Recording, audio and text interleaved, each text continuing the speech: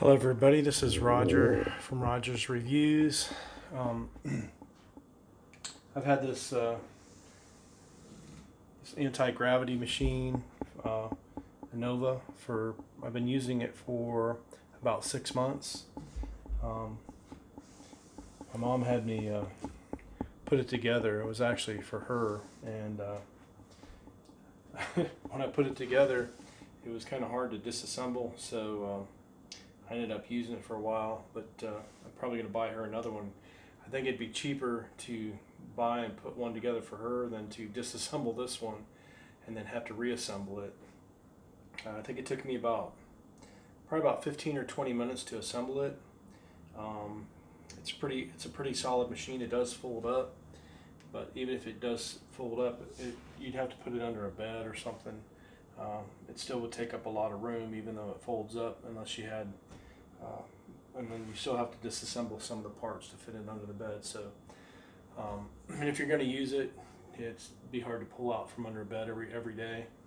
So I just keep it assembled, and I put some furniture movers under it so I can slide it around pretty easily.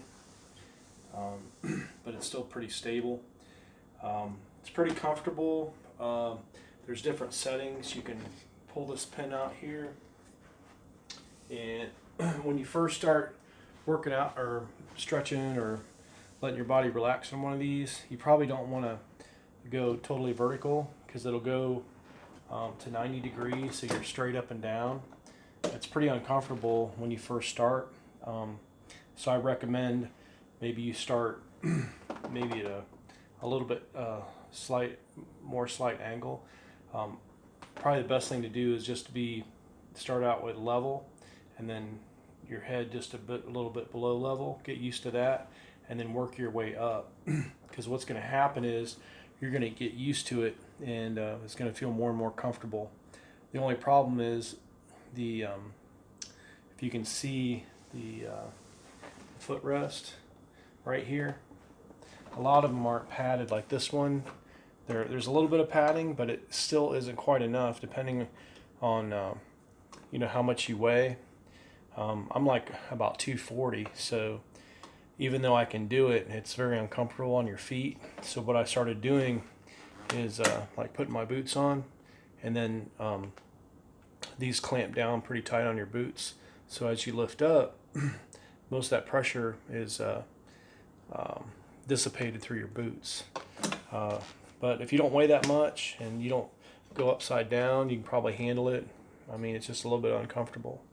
I'm looking for another one that maybe has a little more padding, or maybe grips more of your shin rather than just a small part of your ankle. But other than that, it's pretty durable. It works pretty good, and I would recommend it. The only thing I don't recommend is the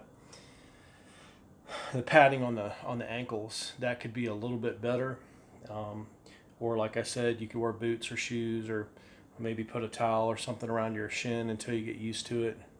And then, like I said, as long as you're not going vertical, the pressure isn't as much.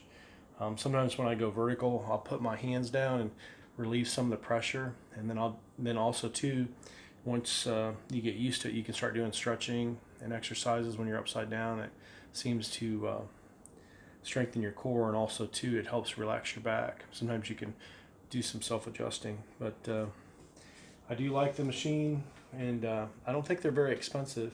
I looked on Amazon, and most of these inversion machines aren't much over $100 now. They used to be a lot more expensive, but you can get a really good one, probably for under 200 bucks.